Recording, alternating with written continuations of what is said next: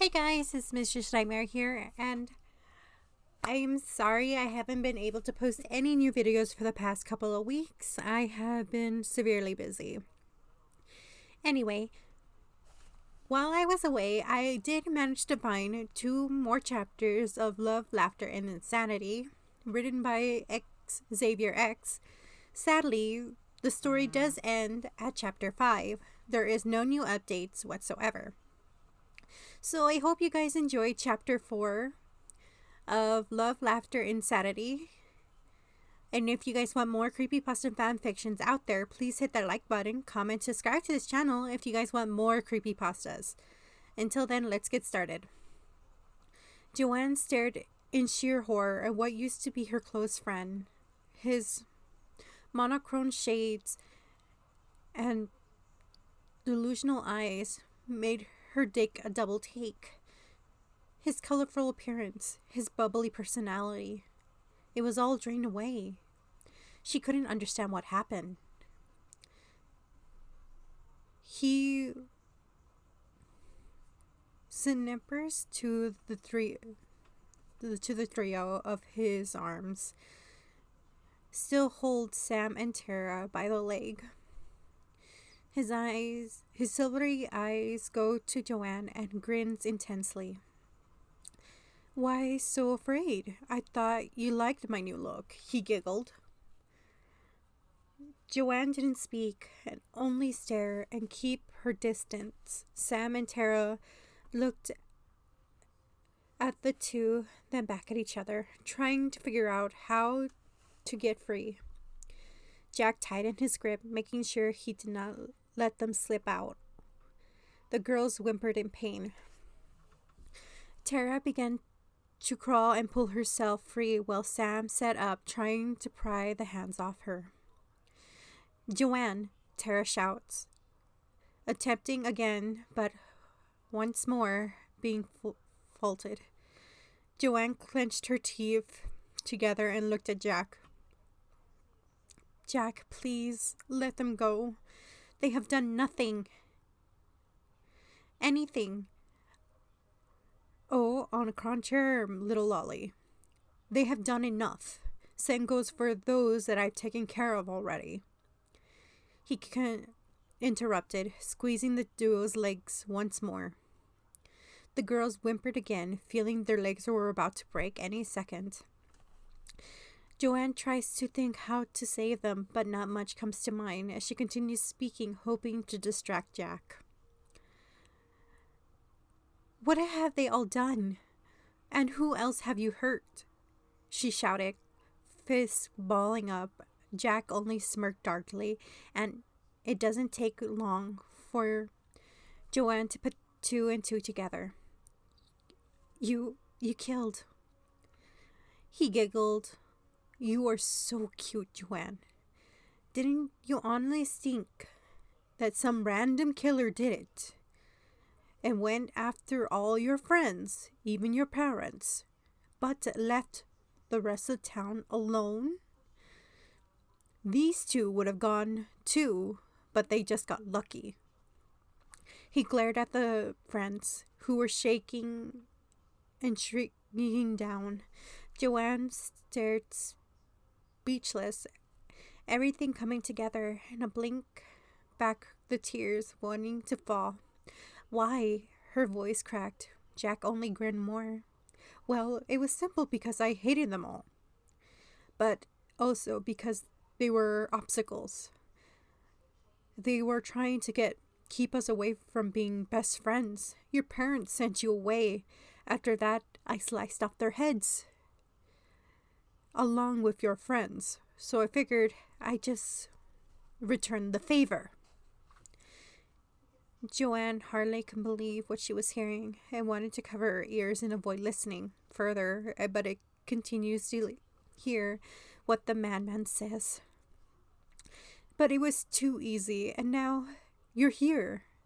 10 years and 7 bodies later, we're together again. I almost want to pinch myself, Jack chuckled, bending over and snickering his arm. He calms and shakes his head. lifting the two in his grasp in the air, hanging them upside down. Well, enough is enough of thinking. I think it's time to deal with the issue at hand. Joanne's heart stopped as she watched the black anomaly mass lift the darkness and began to warp around the two girls. The black-haired female shrieked and her head run towards, trying to stop the murder about to take place, but it was stopped by the same black substance wrapping around her right ankle. She growled and stomped at it, trying to get that thing to let go, as she rushed towards her friends once again. Jack just looked at her and smirked. "It is pointless to fight back," he said as he does the black warping shooting out, gripping the girl by her arms, yanking her into the air, and stopping her.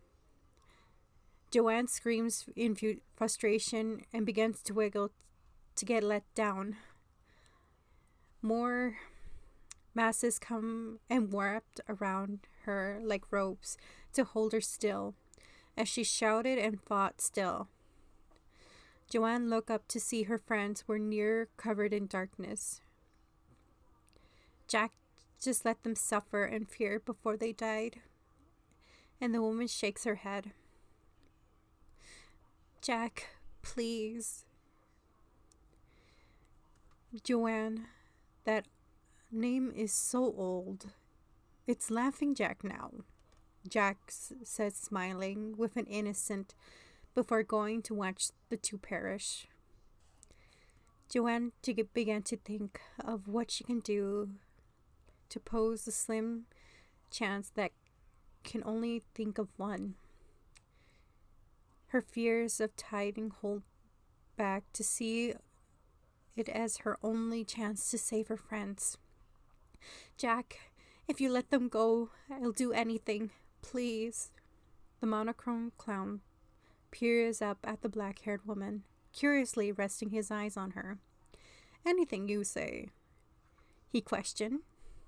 And though a bit hesitant, she nodded. Tears began to form in the corners of her eyes.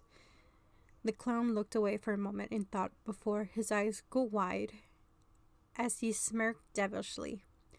Joanne shivers at the evil look and almost wish she could take back what she said. "All right," Jack said, as the rapping slowly halted. "Here's my condition. I'll let them live. And let them go free." All eyes go to him. "If you stay here with me." "Oh, hell no," Tara interrupted and squirmed. "Tara," Sam goes to stop her, but the brunette continues, her blood boiling. "Leave. Joanne. Leave us. Get out of here and escape. Don't come back. You don't need to save us, or at least me," Tara shouted. Sam looked at her with sorrow, and Joanne stared back in shock, tears falling of Tara's cheeks as her lip quivers as she gave them a grim smile. "Death can't be all that bad. Plus, we won't be dying in vain, for we have saved you from this psycho." Tara began to squirm once again. She pulled the keys out and stabbed the enigma with it. Twisting back around, Joanne let go. Joanne drops and stumbles, the darkness free Tara and Sam. As Sam soon follows, Tara could only continue to stab it with the keys. They all stood and looked at each other. Jack is taken aback and growls, throwing his arms at the duo. Tara sees this and grabs Sam and pushes her in Joanne's direction, getting stabbed in both arms. Sam falls. Joanne helps her to her feet, and they both look up to Tara. She gritted her teeth in pain as she was being pulled and looks back at them. "Go, now!" With sorrow looks, the both of them do as they were told and run away, heading towards the exit.